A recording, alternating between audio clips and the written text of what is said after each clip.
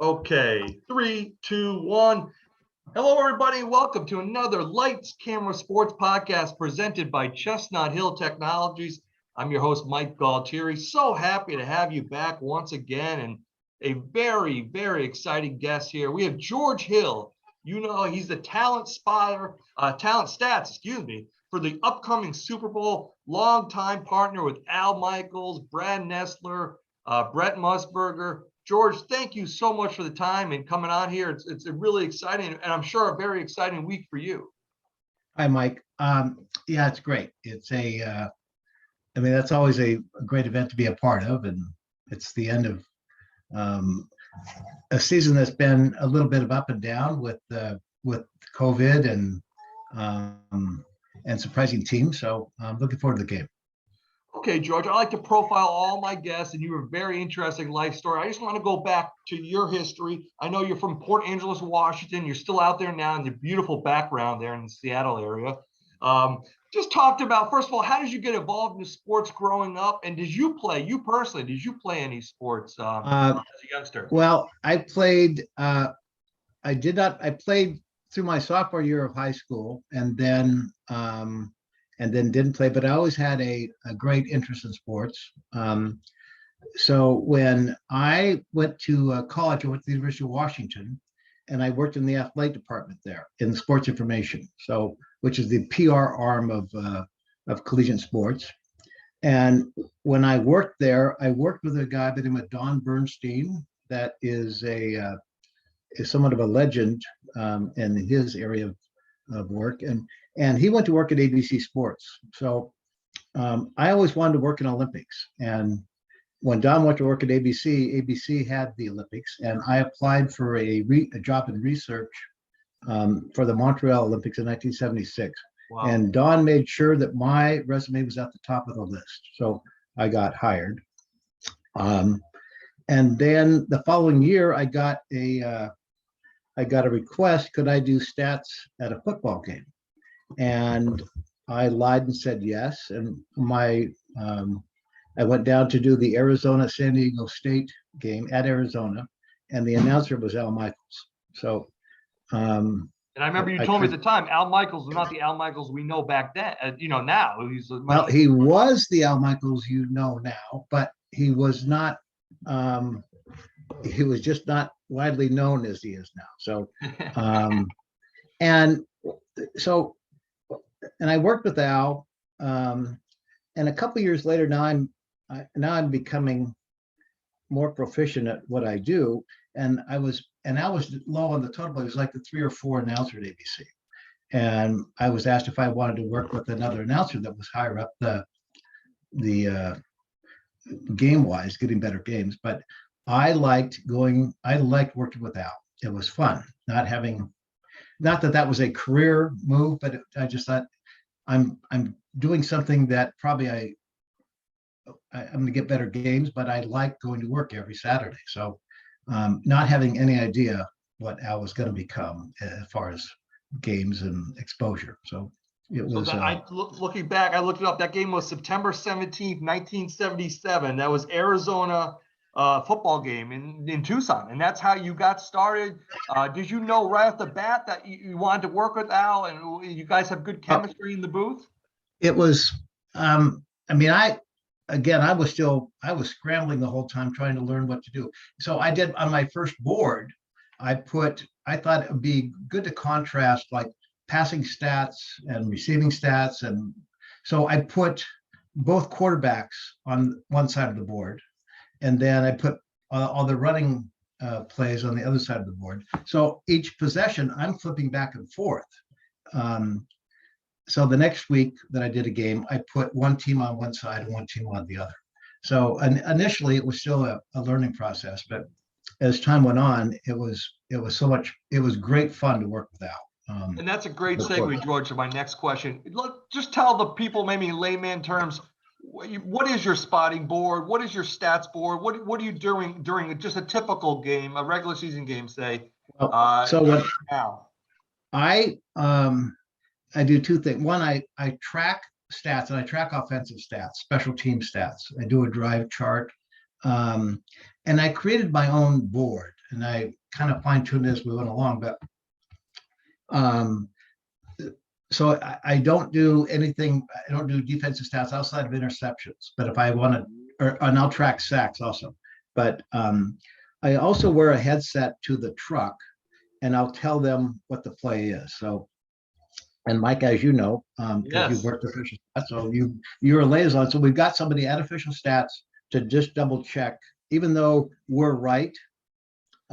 If they say differently at official, then we have to amend our note there. So I keep offensive stats, and I will segue I'll give notes to Al as or whoever I'm working with. If there's a long distance play, like a 19-yard play, whatever the field goal is. So and then any pertinent notes, because you do research during the week, maybe somebody's on track for a record. So I'm aware of that. And folks listening at home, I've had the pleasure of working with George for numerous games now, last couple of months. And let me tell you, he is on his A game. He knows exactly when he says stats, he knows above and beyond everything that you would think to know as a viewer at home. Thank you, Mike. Well, but I've had enough practice that I should be okay. So and that's another great segue. My next question: you've been doing this in the late '70s with Al Michaels. Just take us really through the '80s. For me, what I heard, what stuck out in my mind was you worked the Miracle on Ice, the Lake Placid 1980 Winter Olympics. Just take us back to kind of that time and that sequence. Well, that was interesting. So I worked again. I worked the Lake Placid Olympics in the research room, and I was working the graveyard shift where I prepare packages for producers and talent for the events that would be working the next day. And the United States hockey team had not been was not expected to do very well. They played the Soviet team at Madison Square Garden before the games. I think lost 10-3. So they won their first match, I think, against Czechoslovakia. They tied Sweden 2-2. Now all of a sudden they're becoming kind of a story. And Al asked if I could. He had somebody working with him, but if I could also, help. So they set me up on right behind both benches, which were empty because of security. So I sat at mid-ice for the rest of the Olympic hockey event, man, and nobody had a better seat than me. That's wonderful. And I had a headset to the booth without a relay information.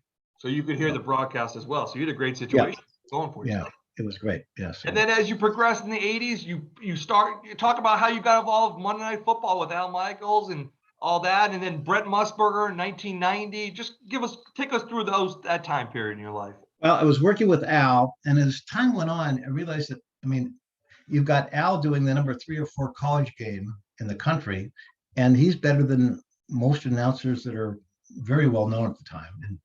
And so I worked with Al in college games, and then I was asked to work if I wanted to work an NFL game, and I worked with Jack Buck and Hank Stram for a year. This was 1985, and so then after 85 season, I got a call and asked if I wanted to work on Monday Night Football with Frank Gifford and O.J. Simpson and Joe Namath. So I did. I finished out the year with them, and then the next year Al took over on Monday night, so I just stayed there. So, and then when Al moved to the NFL, I worked with Gary Bender for a long time, and then I worked with Brent, and now I work with Brad Dessler at CBS. So. Do you work all these great guys? Al Michaels, Brent Musburger, Frank Nessler. From your opinion, from your perspective, George, do you have to change how you operate to fit their personalities with the stats, and because every person's different, or do you just stay the same? They're all different, and some have got things that they really like, and I just adjust for that. But no, they're all very good. Some of them, I mean, I've worked with a lot of announcers. I mean, those are the headliners, but I've worked with a lot of announcers. Some of them I'll give a note and they'll read it right now, but it might not be applicable at that moment. It should be read when it's appropriate. But there are others that sometimes I have to they'll put it under their paper and I'll have to get it back out and say, you gotta have to do this. So they're all a little different. Al and Brent and Brad they're really good, and I know that when I give them information, they're going to tell the story correctly. So they'll know when to fit it into the broadcast. 100%, yeah. Folks, let me just give you an idea too. Talk about George. He mentioned he works with Brad Nessler and he works with Al Michaels. So put that together now. George is doing the best college football game of the afternoon on Saturday afternoons with Brad Nessler on CBS. And then he does the best NFL game on Sunday nights as well with Al Michaels. And of course, the Super Bowl this week. So George, my question to you is just take us through a typical week. When do you leave to fly to the college game? And how do you get from the college game on Saturday to the NFL game on Sunday for say October weekend? Well, because I'm now doing the SEC, and I live in the far Northwest. We can see your background. It's a journey. When I worked with Brent and we did ABC, the prime time on Saturday night, occasionally I would get a game on the West Coast or even a Husky game in Seattle, which would help my travel a lot. But yes. But now, so I leave on a Thursday. I want to get there Thursday night to get to my college game. We have meetings on Friday and then game Saturday. And I can't get out to my NFL game unless occasionally I could, if we did a Sunday night game in Atlanta, I could get to Atlanta on Saturday night. But Sunday is a day I get up very early and get to my Sunday game and then work Sunday night. So I've been fortunate, knock on wood, that I've made every game over the years. So yeah, that's the last sentence is truly amazing too, folks, because he's traveling during the day Sunday, and then you're working all the game on Sunday night. How tired are you on Sunday night, Monday morning when you go home? I can sleep on a plane, and I consume my fair share of Red Bull on Sunday night pregame, and so I'm okay. Do you prefer yourself personally, NFL or college, or does it not matter to you? Just as a fan to watch. I enjoy the college game more, but I like college games with NFL airports. So there you go. I wish Georgia Tech was great. I wish Boston College was great. I wish the University of Washington, USC, UCLA. So that, but I really like the college game. Yes, and people might not realize the SEC, a lot of small cities, Auburn, Alabama, you go to Tuscaloosa, and they don't have the flights, the logistics to quickly get to, say, New York or Pittsburgh. But I can get to Atlanta from many of them, and Atlanta I can get everywhere. That's true. Atlanta's the hub. Okay, George, last couple minutes here. I'm very interested. Timely this week, obviously a huge game, Super Bowl, the Bengals, the Rams. I guess, do you do anything differently this week, or will you try to stay the same? Oh, it's the same. It's still the same. I still have to do my board the same way. And I do. The one thing is we did not do a Bengals game this season. So it's very, very unusual that we would get to a Super Bowl and not do one of the teams. So I've done a little more reading on the Bengals, but we did the Rams the opening weekend, and I've done the Rams a couple of times. We did them in the playoffs. So I'm concentrating a little more on Cincinnati as far as notes to prepare. And then let's break us down that Super Bowl Sunday, just from the moment you wake up to when you get to the stadium, and then tell folks, I want people who listen to this podcast, who are watching the broadcast on Sunday, look out for your work. What's something that you think that they could look out for and say, oh, that's George Hill. He's providing that information. Well, it would really be things that occur during the game offensively. So, because that's what I focus on, and that's what what Al will be relying on me for. But it varies. Every week is different. So it doesn't. And probably the best case for me is for a game to end and nobody is aware that I was even there, because that means nothing got attention, and so everything I gave him was correct. And then, so on that Sunday, though, will you wake up? What time will you get to the stadium? And then just how Well, will you go through your day? The Super Bowl game is at Sunday 3 o'clock out west. local. Yes. So we probably will leave the hotel around 11 a.m. So on a typical Sunday night, which is the 8 o'clock kick, we leave the hotel about 4. Or 4:30, but depending on how close we are to the stadium. But this will be, because of security, will probably be a little earlier than normal. And then there's a lot of hurry up and wait once we get there, because you're already prepared before you go. So, but there's still a couple of last minute things, and every once in a while I get a homework assignment from Al that he'll want to know something. And so George will be in the booth right next to Al during the game. Is maybe in the pregame or during the game, is there, and you've worked Super Bowls before, George, with NBC and Al, but is there a moment where it hits you where, like, a kid from Washington State now working the Super Bowl, watched by 100 million people watching your work? Does that ever come to play, or are you beyond that? No. It's a maybe the first one, but now this will be my 12th, 11 with Al, and then I did one other one with Frank Gifford. So, it's just another game, really. That's probably a healthy way to look at it.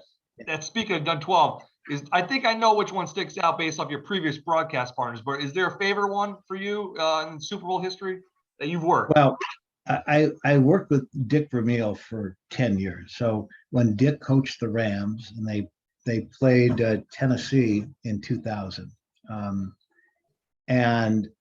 and he's a wonderful man, and I was a big fan of his, and so because I really don't have a horse in the race normally. Yes. But I did that, and so Tennessee was driving and got tackled at the 1 as the game expired, and so that was my favorite. My least favorite is because of geography where I live, I'm a Seattle Seahawks fan, and when they got down, they were playing New England, yes, and Russell threw the pick. That was the worst in my case. So the Seahawks have been to the Super Bowl 3 times. I've done 2 of them, both losses. Once against Pittsburgh and once against the Patriots. Still pretty good odds. You've been to 2 of the ones you've worked too, though. Yeah. Losing affairs, I know. Exactly. All right. And George, is there, last question, is there a favorite game for you, a favorite event that you've worked? Does anything stick out for you, even beyond football?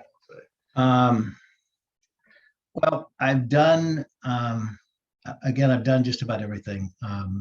I've done 2 World Cups. I've done 2 NBA finals. I've done college basketball, college football. Probably two events, both are college. I mean, that Super Bowl with the Rams was a favorite. Also, we did a Super Bowl, the wide right game, Buffalo and the Giants. Oh yes, which was a great game. But I did a Oklahoma Kansas basketball game at Kansas, triple overtime. Buddy Hield scored 46 points, I believe. And at the end of the game, both teams got a standing ovation. And I never want to work overtime because who wants to work extra? But I didn't want that game to end.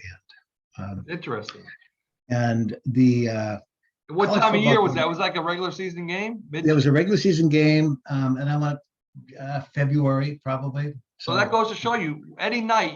Who would have thought I'm sure when you walked into that arena, you thought this will be a whole hum February college hoops game and just move on. Well, but it was at Kansas, and it was Oklahoma, which had a very good team, and Kansas always has a great team, and that's such a great atmosphere to see a game. So, so I'd say that, and I did the national championship game with Oregon and Auburn, and I just, this is personal. I'm glad I was there. So Auburn is lining up to kick the game-winning field goal, and it was the Tostitos Fiesta Bowl. And Brent ad-libbed, "This is for all the Tostitos." Well, I think people thought later that he'd been paid to do that, or it was just he did that on his own. It was very funny. So we go to commercial and we are all laughing. And I read later that Tostitos said that ad lib remark was the equivalent of $25 million spent on advertising. That Brent's, and I think he got a package of Tostitos after that, but it was funny. So, that stuck out in your mind. That's yeah, really cool. yeah. And George, outside of sports, what are your interests? What are you doing during, say, the summer, when your free time up in the Pacific Northwest? Well, I've got a real job. I work for a foundation that raises money for our local hospital, Nice. and so that, and my boss. What's the name of the foundation? It's the Olympic Medical Center Foundation. And my boss used to be the executive director of the Fiesta Bowl. So he knows the business, and he lets me travel during football and basketball, and then I have to catch up with my work the rest of the year. So. Well, George, we appreciate the time. I know this is a very busy week for you, and the big time we'll be watching on Sunday. And I know a lot of people now will be watching you and just see how everything plays out with the broadcast come Super Bowl Sunday. So thank you so much for the time. Mike, thank you so much for having me on. I appreciate it. I hope to see you soon, and because I appreciate the work you do when you help me. So thanks. Oh, no question about it. Thank you, George. All right, sir.